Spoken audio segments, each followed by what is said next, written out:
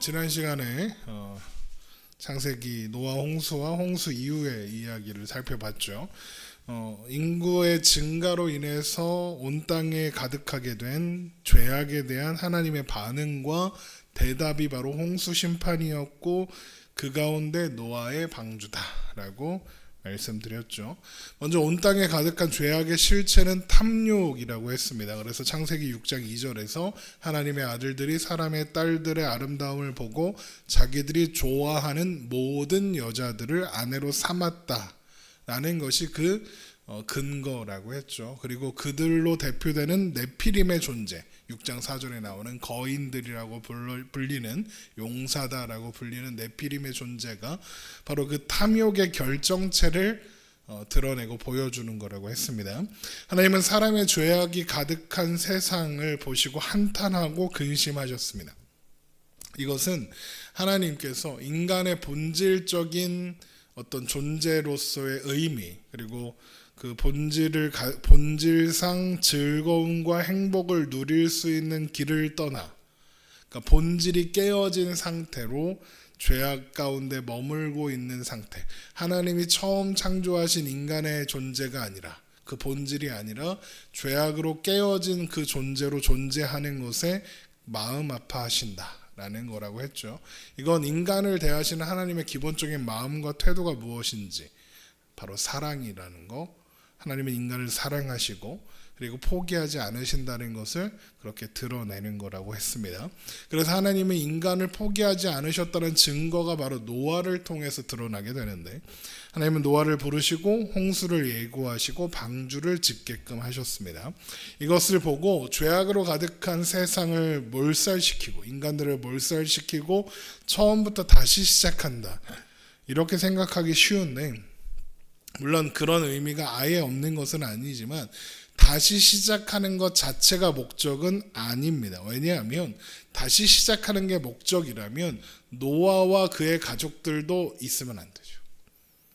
왜냐하면 노아와 그의 가족들도 죄인들이니까요. 필연적으로 아담의 형상, 깨어진 아담의 형상으로 태어난 노아도 아무리 새로 시작되었다 하더라도 그 아담의 형상으로 여전히 아이들을 낳고 자손을 번창해 갈 거기 때문에 노아로 다시 시작해도 인류는 다시 죄악으로 가득해질 수밖에 없는 거예요. 그러면 하나님의 의도는, 이 노아의 홍수 심판과 방주를 통해서 드러나는 하나님의 의도가 뭐냐? 그 의도가 드러나는 핵심이 뭐냐? 하나님께서 노아에게 은혜를 베푸셨다 라는 거라고 했어요. 죄악으로 가득한 세상에서 하나님이 노아에게 은혜를 베푸시고, 그러니까 다른 사람들과 노아의 차이점은 이거 하네요. 하나님의 은혜를 받았다. 그러니까 하나님께서 홍수 심판을 예고하시고 노아를 부르신 것은 죄악으로 가득한 세상, 그래서 홍수라는 멸망으로, 그러니까 멸망할 수밖에 없는 세상에서 소망은 오직 하나, 하나님의 은혜뿐이다라는 것을 보여주는 거예요. 그러니까 그래서 홍수 심판이라는 하나님의 개입이 없었어도 사실 인간은 그 네피림들의 모습을 통해서 드러나듯이 스스로 탐욕 가운데 멸망할 거였어요. 그런 가운데 하나님은 노아를 부르셔서 죄악으로 가득한 세상과 인간에게 필요한 것은 오직 하나님이다, 하나님의 은혜다라는 것을 보여주신 거죠. 그렇게 홍수 심판이 지났고 노아가 방주에서 나옵니다. 노아가 나와서 제일 먼저 한 일이 뭐죠? 제사를 드리는 거였어요. 하나님은 그런 노아의 제사를 기쁘게 받으시고 똑같은 방식의 심판은 이제 없을 것을 약속하시면서 자연 만물이 이제는 순리대로, 원래대로 하나님이 정하신 대로 움직일 것을 약속하셨어요. 이 약속 가운데 담긴 의미가 뭐냐 하면, 이 세상은 하나님이 의도하셨던 대로 이제 정상으로 돌아갈 날이 있다는 것을 보여주는 것이다 라고 했습니다.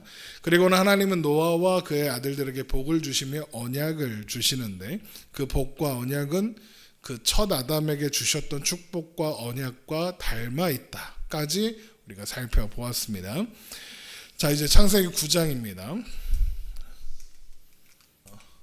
창세기 9장 교재를 보시면 하나님은 인간의 죄와 타락에도 불구하고 새로의 번식을 통해 지상 세계를 지배하라는 직무를 다시 부여하신다. 생육하라 번성하라 충만하라는 명령은 노아 홍수 이후에 창세기 1장의 세계로 돌아간 것 같은 상황을 보여준다라고 했습니다. 창세기 9장 1절입니다. 하나님이 노아와 그 아들들에게 복을 주시며 그들에게 이르시되 생육하고 번성하여 땅에 충만하라 하십니다. 하지만 창세기 9장은 단순히 창세기 1장의 반복은 아니에요. 왜냐하면 정복하라 다스리라가 없습니다. 이 말은 인간의 타락이 가져온 결과가 무엇인지 보여주는 겁니다. 인간은 땅을 이제 정복할 수 없고 다스릴 수 없어요. 소유할 수 없죠. 땅은 인간이 원하는 대로 반응하지 않아요. 이제 더 이상. 인간은 더 이상 땅을 다스릴 권세가 없고 땅은 인간에게 다스림을 받지 않죠. 그런데 원래는 다스리고 정복하고 다스리라는 명령을 하나님이 주셨단 말이에요. 왕권을 주셨다는 거죠. 그런데 이제 더 이상 인간은 왕이 아닙니다. 근데 이 왕이라는 게 정복하고 지배하고 군림하는 왕이 아니라 보살피고 보존하며 경작하는 그런 왕이란 말이죠. 그러니까 왕이 원래 그런 역할을 하는 거잖아요. 백성들을 보살피고 행복하게 도와주는 게 왕인데, 그러면 그 자리에서 인간이 떨어졌으니까 인간이 무슨 짓을 할까요? 땅을 돌보지 않고 착취하기 시작하죠. 그러니까 땅은 그런 인간에게 호락호락 먹거리를 내주지 않는 걸로 반응하는 거예요. 인간은 땅이 주는 시련, 자연재해를 피할 수가 없게 되는 거고, 세상은 호락호락하게 인간에게 먹을 것을 내어주지 않음으로써 인간이 더 이상 왕이 아니라는 것을 드러내는 거죠. 그래서 하나님이 이 노아 홍수 이후에 노아에게 주신 약속 중에 재미있는 게 하나 있는데, 이제 모든 산 동물은 너희 먹을 것이 될 것이다 라는 말씀이 있어요. 창세기 1장에서 태초의 인간들과 동물들은 채식을 한 게 분명해요. 왜냐하면 하나님이 먹거리로 주신 모든 것들이 다 동산의 나무의 열매라고 한정되어 있기 때문에 그렇죠. 근데 9장에 가서는 인간이 이제 동물의 생명을 빼앗을 수 있는 권한을 가진 것처럼 기록되어 있어요. 하지만 인간은 동시에 동물이 이제 인간을 무서워하게 돼요. 그래서 도망치게 됐다. 그러니까 인간을 무분별하게 죽일 수는 없게 만드셨다 이런 거죠. 창세기 9장 2절 봅니다. 땅의 모든 짐승과 공중의 모든 새와 땅에 기는 모든 것과 바다의 모든 물고기가 너희를 두려워하며 너희를 무서워하리니 이것들은 너희 손에 붙였음이니라. 모든 산 동물은 너희의 먹일 것이 될지라. 채소같이 내가 이것을 다 너희에게 주노라. 먹을 것을 주었다 이거예요. 그러니까 창조하셨을 때 하나님의 먹거리로 각장 열매, 채소 이런 걸 주셨죠. 타락 이후에도 주요한 먹거리는 채소였을 거예요.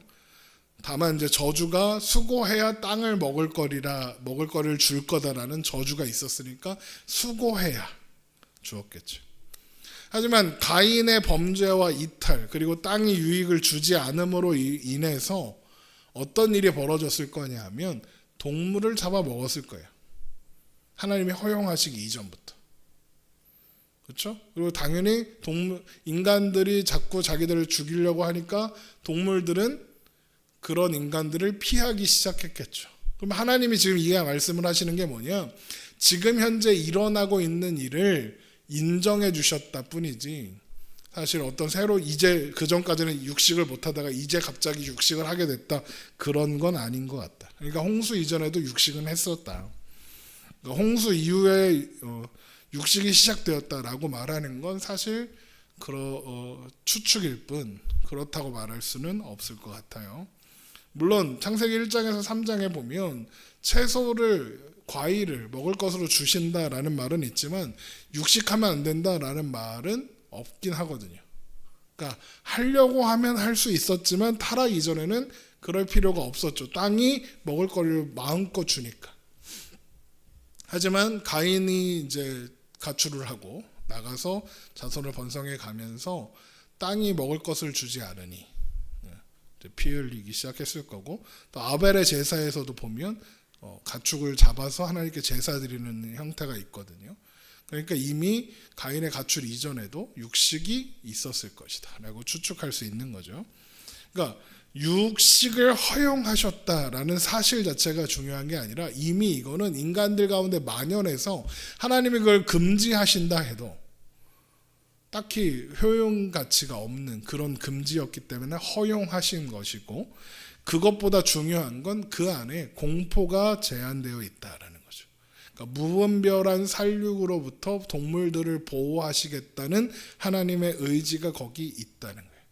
그러니까 땅이 엉겅퀴와 가시덤불을 내어 쉽게 먹거리를 제공하지 않았던 것처럼 동물들도 먹을 것이지만 동물들도 호락호락하게 너희들에게 먹을 것을 내어주지는 않을 거다. 그러니까 이제 선악과를 먹고 타락한 아담의 그게 주어진 제한 상황과 노아의 제한 상황이 비슷하다. 그런데 그러니까 이제 이런 상황을 하나님이 공인해 주시면서 그래 먹어도 된다 라고 허용해 주시면, 그것을 더 이상 죄로 삼지 않겠다라는 걸 허용해 주시면서 한 가지 제한 사항을 거는데, 그게 뭐냐? 피를 먹지 말라는 거예요. 그러니까 피는 먹으면 안 되는 거예요. 왜? 피에 생명이 있기 때문에. 이 말이 뭐냐? 피가 생명력을 상징하는 거예요. 그러니까 지금은 뭐 피가 있으면 생명이 있고 뭐 이런 게 아니라 피 안에 생명을 유지하고 또 생명의 근원이 되는 그런 것들이 있다고 과거에는 그렇게 상징을 하고 있었던 거예요. 이것도 나름 뭐 과학적으로 짜맞춰 가면은 뭐 이제 의미가 있는 이야기이기도 해죠. 우리가 피가 없으면 생명이 없죠. 그리고 재밌는 그 최근에 실험 중에 그런 실험이 있더라고요. 젊은 쥐에서 피를 뽑아서 나이가 많은 쥐에다가 그 피랑 바꾸면 이 나이가 많은 쥐가 젊어진대요. 그러니까 이제 그 뭔가가 있다는 거죠. 그 피 안에 뭔가가 있다는 거죠.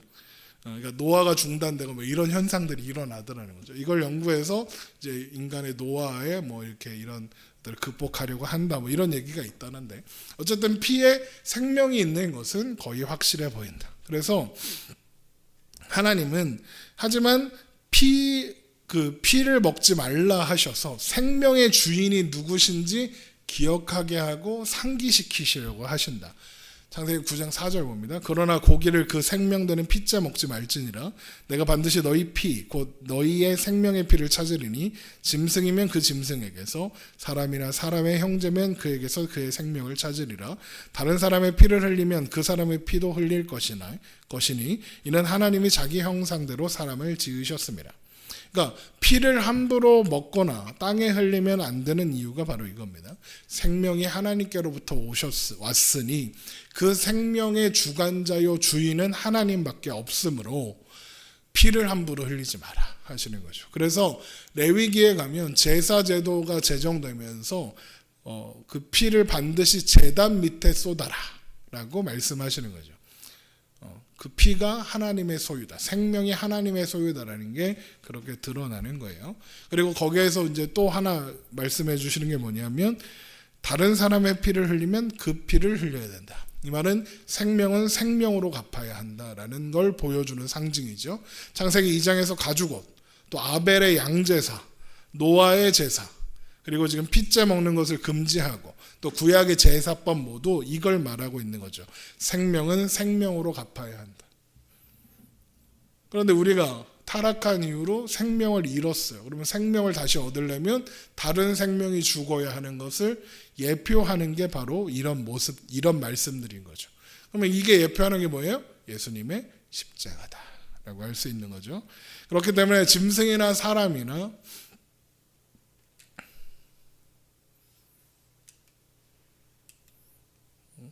5번, 6번은 어디 가고 갑자기 7번이야?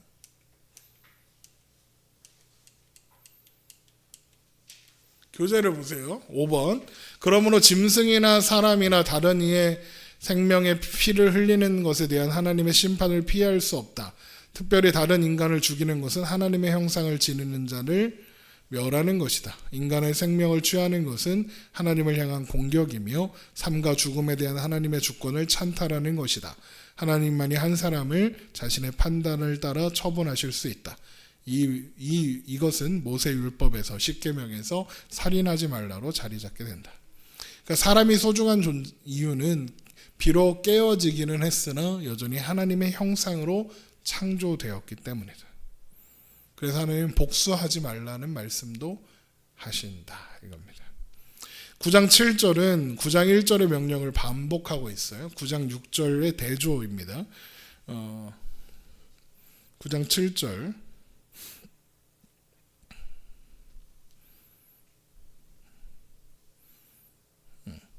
9장 6절과 대조하는 것이기도 하죠. 그러니까 노아와 노아의 아들들 그리고 그들을 통해 나오는 후손들은 생명을 취하는 자가 아니라 생명을 낳는 자가 되어라 라고, 그러니까 생육하고 번성하라 그 말씀의 연장선 속에 있죠. 그러니까 노아와 노아의 후손들은 9장 7절 한번 볼까요? 너희는 생육하고 번성하며 땅에 가득하여 그 중에 번성하라 하였더라. 그러니까 노아의 후손들은 생명을 빼앗는 존재가 아니라 생명을 낳는 존재가 되어야 한다 라는 걸 보여주는 거죠. 자, 그런데 여기에서 이 언약에서 중요한 건 뭐냐? 9장 9절 성경 펴놓고 있는 거죠. 성경 9장 9절에서 내가 내 언약을 너희와 너희 후손과 너희와 함께한 모든 생물 곧 너희와 함께한 한새 가축과 땅의 모든 생물에게 세우리리. 내가 내 언약을 세운다에 있어요. 이게 핵심이에요. 11절에도 9장 11절 내가 너희와 언약을 세우리리. 또 17절에도 하나님이 노아에게 이르시되 내가 나와 땅에 있는 모든 생물 사이에 세운 언약의 증거. 하나님이 내가 세운 언약의 증거. 그러니까 하나님이 언약을 세운다. 이게 중요한 거예요. 내가 세울 것이다. 그런데 재미있는 게 뭐냐면 9장 10절 9장 9절에서 10절에 내가 언약을 세우리니는 미래형으로 내가 언약을 세울 것이다 이렇게 돼 있어요. 그런데 11절에 내가 너희와 언약을 세우리니는 내가 세운다, 현재 진행형이에요. 그리고 17절에는 내가 세웠다예요. 그러니까 내가 세웠다, 현재 완료형인 거죠. 무슨 뜻이냐? 하나님이 언약을 시작하시고 이루시며 완성하신다. 이걸 보여주는 거죠. 그래서 여기 지금 이 말씀 여기 그 교재에 써놓은 거죠. 그러니까 하나님께서 노아와 세우시는 언약의 핵심이 뭐냐? 하나님이 시작하시고 하나님이 이루시며 하나님이 완성하신다는 거죠. 그래서 제가 좋아하는 말씀 중에 빌립보서 1장 6절 너희 안에 착한 일을 시작하시니가 예수 그리스도의 날까지 이루실 줄을 우리는 확신하니. 시작하신 분이 이루신다. 그러니까 이 언약에는 일방성이 답보되어 있는 거예요. 일방성. 하나님이 일방적으로 약속하시는 거예요. 너가 뭘 하면 내가 해줄게가 아니라 내가 언약한다. 그러므로 내가 이루겠다. 이게 핵심인 거죠. 자, 8번 언약의 핵심은, 언약의 요점은 홍수가 반복되지 않는다라는 거다. 그러니까 미래에 심판이 없다는 뜻은 물론 아닙니다.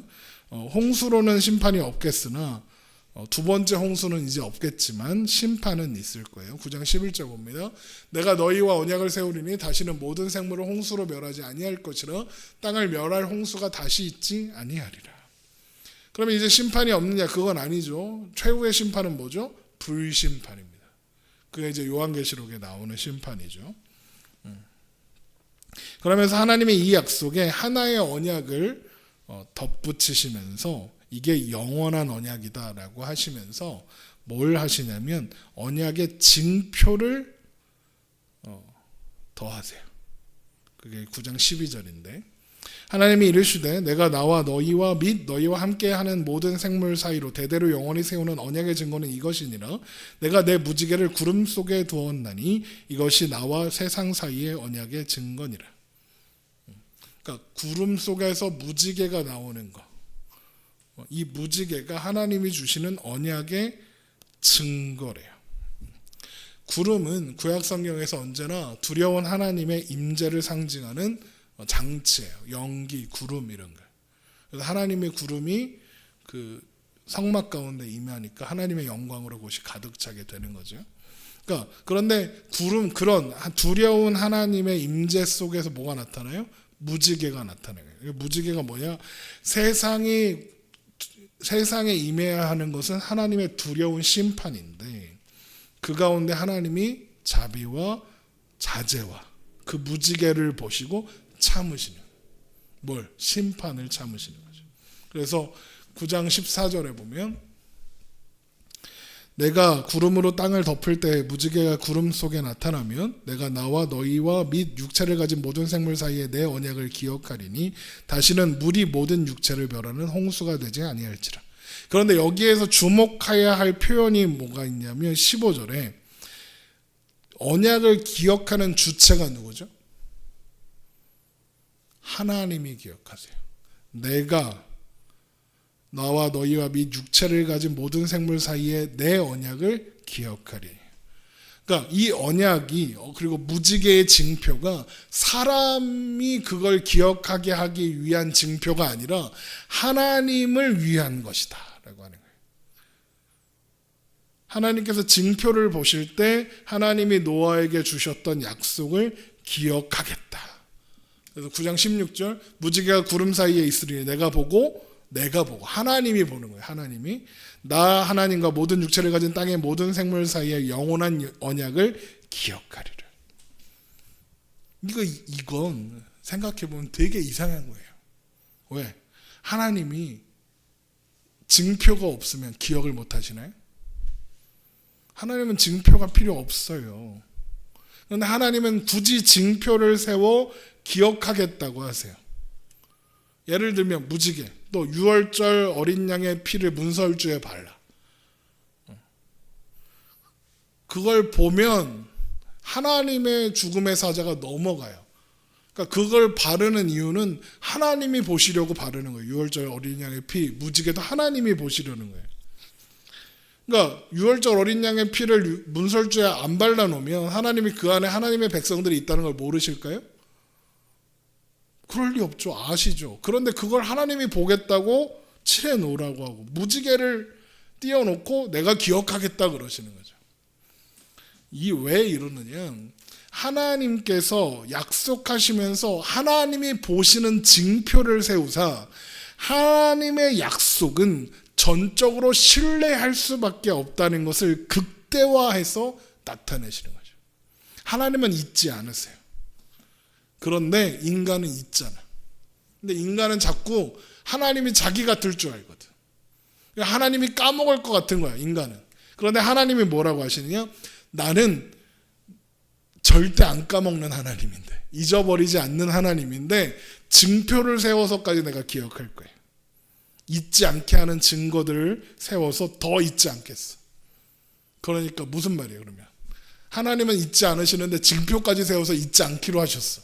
무슨 뜻입니까? 그 약속은 반드시 지켜진다. 믿어라요, 믿어라. 하나님은 그런 분이다. 하나님은 잊지 않는다. 그러니까 신뢰해라. 그러니까 무지개는 사람 보라고 만든 게 아니에요. 하나님이 보시려고 만들었어요. 그걸 보고 내가 이런 언약을 맺었지라고 기억하는 거죠. 그러면 인간은 무지개를 보면서 무슨 생각을 하느냐? 하나님의 약속은 영원하고 변하지 않으시며 반드시 이루시는구나. 그걸 확인하는 게 무지개인 거예요. 이해되죠? 그러니까 무지개의 언약이 중요한 게 그래서 그래요. 자, 어쨌든 다음으로 노아와 함께 방주에서 나온 노아의 아들들은 셈, 함, 야벳이죠. 이 세 아들로부터 후손들이 이제 나와서 땅에 흩어지게 됩니다. 창세기 9장 18절. 방주에서 나온 노아의 아들들은 셈과 함과 야벳이며 함은 가나안의 아버지라. 노아의 이 세 아들로부터 사람들이 온 땅에 퍼지니라. 그런데 이렇게 해서 이제 잘 먹고 잘 살고 행복하게 살면 될 것 같은데 노아가 갑자기 무슨 짓을 하냐? 농사를 시작하는데 제일 먼저 포도나무를 심어요. 왜 포도나무였을까?